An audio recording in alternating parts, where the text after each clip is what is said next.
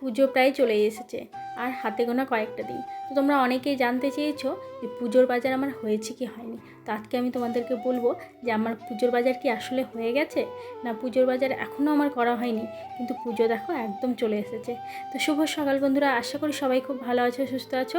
আমিও খুব ভালো আছি। মালদা জেলার এই ছোট্ট গ্রাম থেকে তোমাদেরকে অনেক অনেক শুভেচ্ছা ও ভালোবাসা জানিয়ে আজকে আবারও একটা নতুন সকাল শুরু করলাম। আশা করি তোমাদের ভিডিওটা খুব ভালো লাগবে। প্রতিদিনই তো আমি ঘুম থেকে তুলি তোজোকে। আজকে সকাল সকালে ওর ছোট্ট পিসিমণি চলে এসেছে ওকে ঘুম থেকে তোলার জন্য। আর কত ছোট পিসিমণি তোমরা দেখে বুঝতেই পারছো, আমার একদম ছোট্ট ননদ।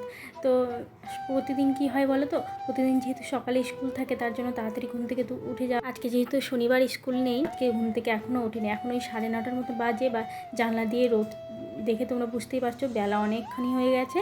তো চলো, এখনও বিছানাটা তোলা হয়নি, যেহেতু তোজো ঘুমিয়ে থাকে তো সকালে বিছানাটা তুলতে আমার অনেকটা লেট হয়। তো এখন বিছানাটা তুলবো, ওকে জোর করে জানো তো একবার রেখে আসলাম কলপারে, যে ব্রাশটা করে আসবে। ও এসে আবার শুয়ে পড়েছিল, তারপরে আবার যেয়ে ওকে রেখে আসলাম। তো চলো, বিছানাটা গুছিয়ে নিয়েছি, এবার বাকি কাজগুলো শুরু করে নিই।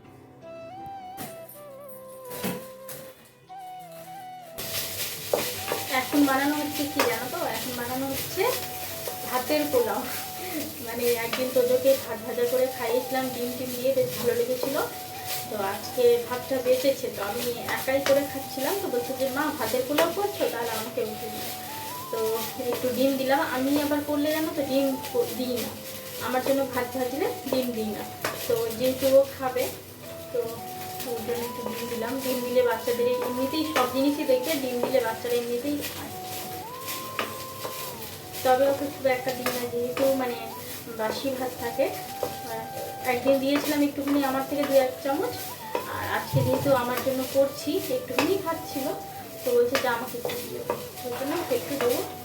আর সকালের কাজ সমস্ত করে নিয়েছি। এখন একটু রান্নাঘরে কিছুটা বাসন আছে, সেই বাসনগুলো মাজবো, চা খাওয়ার বাসন দিয়ে আর এই যে জল খাওয়ার বাসন দিয়ে। আর কালকে রাতে গিয়েছিল জানো তো, মানে রান্না করতে করতে বাসন কিছুটা মেজে রেখেছিলাম। এবার রাতে খাওয়া দাওয়ার পর ওই তিনটে থালা আছে, তিনটে থালা আর একটা গ্লাস, এরকমই অল্প কটাই বাসন আছে, সেই বাসনগুলো মাজবো।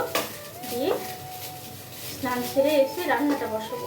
আজকে তো যারা আট আছে, তো তাড়াতাড়ি করে রান্নাটা করে আবার বেরিয়ে পড়তে হবে। জামা কাপড়গুলো বাইরে শুকোতে দিলাম। কালকে তোমার একটা জামা কাপড়ও মানে আজ শুকনো হয়েছিল, কিন্তু ভালোভাবে শুকায়নি। তো আজ তো খুব একটা রোদ বেরায়নি, তবুও জামা কাপড়গুলো শুকিয়ে যাবে, কারণ হালকা হালকা বাতাসছে আর হালকা হালকা রোদের ছটাও আছে। তো চলো, এদিকে ভাতটা হয়ে গেছে, ভাজা হয়ে গেছে।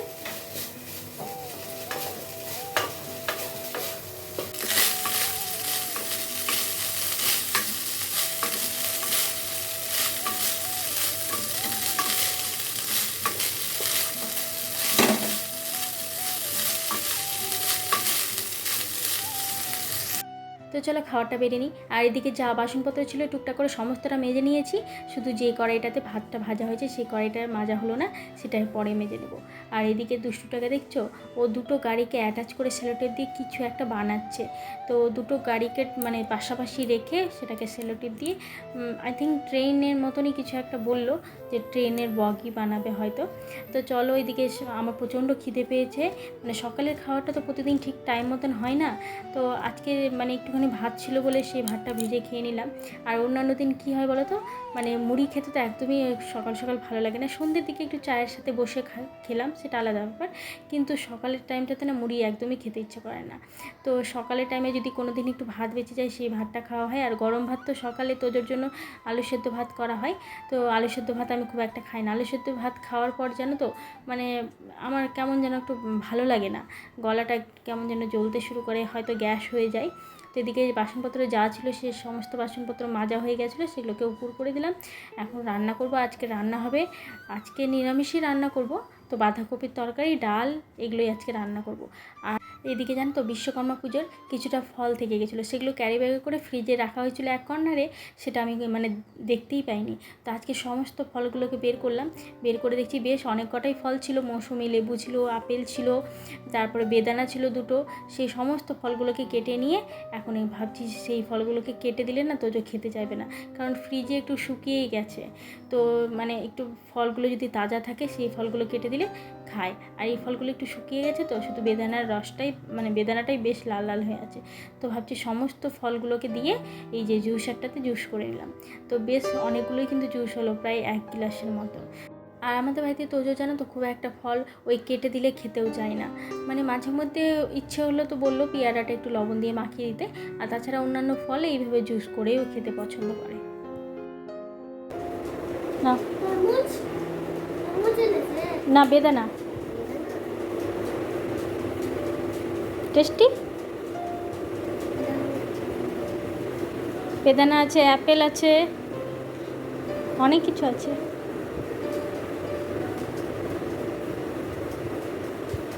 ভালো লাগছে, খাও। এদিকে আমার রান্নাবান্না সমস্ত কমপ্লিট। রান্নাবান্না বলছি দেখো, দুটো জিনিস মাত্র করলাম। এই যে দেখো বাঁধাকপির তরকারি করেছি, আর ভাতটা তো করতেই হবে, আর তার সাথে ডাল, আর বেশি কিছু করিনি। আর সবজির মধ্যে করলা ছিল, আজকে যেহেতু শনিবার করলা খাওয়া যাবে না, তো পাঁপড় ভেজে নেব, হয়ে যাবে। তোজোর পাপা তো এমনিতে দুপুরে আসেই না, শুধু আমি আর তোজো, আমাদের জন্য আবার কি অত করতে হবে। ও রাতে আসবে, রাতে কিছু একটা করে দেবে। তো চলো এদিকে ডালটা একটু না ফুটলে আবার ভালো লাগে না খেতে। আর বসে বসে এই 3টে সেলাই করলাম। তো যাদের বাড়িতে আর্টে যাব তাদের মানে ওর বাড়ির মেয়ের আছে 3টে পুজোর ড্রেস, তো এইগুলো সেলাই করতে দিয়েছিলো, এগুলো করলাম। আর কালকে রাতে আমার এই ব্লাউজটা কমপ্লিট করে রেখেছি, শুধু নিচে ওই কোমর পট্টিটা সেলাই করতে হবে, আর টেকিং দিলে মানে সাইজ অনুযায়ী এটাকে সেলাই করলে হয়ে যাবে। এই কটাই। চলো বাইরে জামা কাপড়গুলো শুকিয়ে গেছে, সেগুলো তুলে নিয়ে স্নানটা সেরে তারপর বেরিয়ে পড়বো আটে। এদিকে স্নান সেরে কয়েকটা জামা কাপড় কেচেছি, সেগুলো নিয়ে চলে আসলাম। আর কালকের যেই সমস্ত জামা কাপড় শুকিয়ে গেছে সেগুলোকে তুলে নিলাম, আর আজকে যেগুলো আছে সেগুলো মেলে দেবো। আর এইদিকে তোমাদেরকে সেলাই করা তো দেখালামই, যে একটা ব্লাউজ সেলাই করেছি, আর তার আগের দিন আরেকটা ব্লাউজ সেলাই করেছিলাম, সেটা সেই শাড়িটা দিয়েছিল মাসি ও তার ছেলের বিয়েতে দিয়েছিল। আর আজকে যেই ব্লাউজটা তোমাদেরকে দেখালাম সেই ব্লাউজটা মানে আমার, এটা আমি নিজেই শাড়িটা অর্ডার দিয়ে নিয়েছি। তো তোমাদেরকে বলেই দিলাম যে পুজোর দুটো শাড়ি এখন আপাতত, মানে একটা মাসির দেওয়া শাড়িটা ব্লাউজ সেলাই করেছি সেটা পরবো, আর একটা আমি কিনেছি সেটা। আর কি কি জিনিস অর্ডার দিয়েছি, কি কি জিনিস মানে নেব, সেগুলো অবশ্যই তোমাদের সাথে শেয়ার করব। তো এদিকে জানো তো ভিডিও আর করা হয়নি, স্নান করার পর সেই যে জামা কাপড় মেলার থেকে ভিডিও আর শেয়ার করা হয়নি। এবার সন্ধ্যের দিকে মানে খাওয়া দাওয়া করার পর সন্ধ্যের দিকে ইচ্ছে হলো যে একটু ফুচকা খাবো। বাইরে জানো তো এদিকে প্রচণ্ড জোরে বৃষ্টি হচ্ছে, তো বৃষ্টি ওয়েদারে জানো তো মনে হয় যে সন্ধ্যের দিকে বা বিকেলের দিকে কিছু একটা বানিয়ে খায়। তো এই পাঁপড়গুলো জানো তো, এই ফুচকা পাঁপড়গুলো তো যে পাপা সেই দিন মানে পাঁপড় ভেবে নিয়ে এসেছিলো। তো এগুলো মানে যখন আমি ভেজে দেখছি এগুলো তো ফুচকা পাঁপড়, তারপরে এর সাথে জানো তো একটা মশলাও নিয়ে এসছে, পানিপুরি মশলা। তো মানে প্রথমে ভেবেছিলো যে এগুলো পাঁপড়, তারপরে পানিপুরি মশলাটা পর থেকে কিনে আনা হয়েছে। এদিকে আমাদের ফুচকার আলু একদম রেডি, দেখো চাট মশলা দিয়ে সমস্ত কিছু দিয়ে, একটু ধনেপাতা হলে বেশ ভালো হতো, আর একটু যদি ছোলা পাওয়া যেত, তো ছোলা তো নেই বাড়িতে। আর এদিকে ফুচকাগুলো বানিয়ে নিয়েছি সবগুলোই, তো চলো এটা দিয়ে মাখাবো। আর ফুচকার জল করার জন্য এই যে দেখো পানিপুরি মশলা, এটা তোজোর পাপা কিনে এনে দিয়েছিলো বেশ অনেক দিন আগে, এটা আছে। তো চলো, আর বাইরে জানো তো বৃষ্টি পড়ছে, তারাও আপনাকে দেখায়। এই যে দেখো বৃষ্টির ওয়েদার ভীষণ ভালো লাগছে, ঠান্ডা ঠান্ডা ওয়েদার।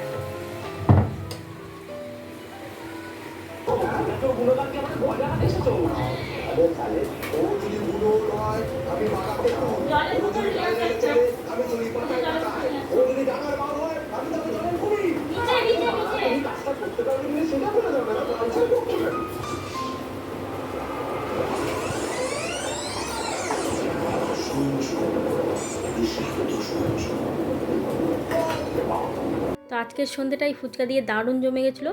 তবে কি বলো তো, আলু মাখাটা ভীষণ ভালো হয়েছিল, কিন্তু একটু যদি ওই ধনেপাতা আর তার সাথে যদি একটু সেদ্ধ ছোলা হতো তাহলে আরও জমে যেত। কিন্তু কি বলো তো, যতই তুমি ফুচকা পাঁপড় দিয়ে ফুচকা খাও, তার বাড়ির বানানো ফুচকা ভীষণ ভালো লাগে খেতে। তো তবে মানে এটা হচ্ছে মন ভোলানো স্বাদ, তো তবে ভালোই লেগেছিলো খেতে। কিন্তু বাড়ির ওই সুজি দিয়ে বানানো ফুচকাটা না ভীষণ ভালো লাগে, সেটার মতন মানে স্বাদ মানে অন্য ফুচকাতে হয় না। তো চলো এটা দিয়ে আজকে সন্ধ্যেটা মানে জমিয়ে দিলাম আমি আর তোজোর পাপা তো এখনও আসেনি। আর বাইরে যেহেতু বৃষ্টি পড়ছে, ও বৃষ্টির সময় আসবেও না ভিজে ভিজে, কারণ সেই দিন বৃষ্টিতে ভিজে এসে শরীরটা প্রচণ্ড খারাপ হয়ে গেছিলো। তারপরে এখন আর বৃষ্টি থেকে প্রচণ্ড ভয় পাচ্ছে। তো চলো, এদিকে কয়েকদিন ধরে তো বৃষ্টি আছে, জানি না পুজোর মধ্যেও বৃষ্টি হবে নাকি। তো তবে শুনছি যে পুজোর মধ্যেও বৃষ্টি হবে। তো তোমাদের কার কি কটা জামা কাপড় হয়েছে অবশ্যই তোমরা কমেন্ট করে আমাকে জানাবে। কার কটা শাড়ি হলো, কার কটা ড্রেস হলো। আমাদের তোজো বাবার কিন্তু 5টা ড্রেস হয়ে গেছে এখনও। তো 5টা ড্রেস ওর মানে তার মধ্যে 4টেই আমরা দিয়েছি, আর একটা মানে ওর মাসি ঠাম্মা রাখি পূর্ণিমার ড্রেসটা সেদিন দিয়ে গেছে, মানে রাখি পরিয়েছিল তো সেই সময়ের ড্রেসটা সেদিন দিয়ে গেছে। তো চলো, এদিকে আমাদের সন্ধ্যেটা দারুণ জমে গেছে। আর তোমাদেরকে তো বলেই দিলাম যে আজ মানে আমার পুজোর ড্রেস আপাতত 2টো শাড়ি হয়েছে, আর অর্ডার দেওয়া আছে একটা মানে চুড়িদার। তো আসলে অবশ্যই তোমাদের সাথে শেয়ার করব। আর এইদিকে দেখো আলু সেদ্ধটা মাখানো হয়েছিল, তো ভাবলাম যে এই ফুচকা যেহেতু খুব একটা মানে ফোলেনি, তো ভাবলাম এটা দিয়ে একটু আলু সেদ্ধটা মাখিয়ে দিই। আর ফুচকার দোকানেও দেখবে যে যেই পাপড়িগুলো ফুলে না সেগুলো দিয়ে কিন্তু মানে আলুটা একটু মাখিয়ে নেয়। তো আমি ভাবলাম যে ওই ফুচকাটা যেহেতু ফোলেনি, ওটা দিয়ে আলুটা মাখিয়ে নিই। আর আমার তোজো বাবা দেখো মানে শুকনো খাচ্ছে না, কিন্তু ও জলের মধ্যে চুবিয়ে নিয়ে খাচ্ছে, কিন্তু আলু নেবে না, কিন্তু জলের মধ্যে চুবিয়ে নিয়ে খাবে। তো চলো, আজকের মতন ভিডিওটা এখানেই শেষ করলাম। ভিডিওটা কেমন লেগেছে অবশ্যই তোমরা কমেন্ট করে জানাবে। ভালো লাগলে একটা লাইক করে দিবে, আর যারা নতুন দেখছো তারা প্লিজ চ্যানেলটাকে সাবস্ক্রাইব করে চ্যানেলটার পাশে থাকবে, আর পাশে থাকা বেল আইকনটি অন করে দিবে, তাহলে সবার আগে নোটিফিকেশান তোমাদের কাছে পৌঁছে যাবে। তো সবাইকে গুড নাইট জানিয়ে আজকের ভিডিওটা এখানেই শেষ করলাম। যাকে কিডন্যাপ করতে হবে সে যেমন তেমন কোনো মানুষ নয়। বলছিলাম কি, এত কম টাকায় কাজটা করবা?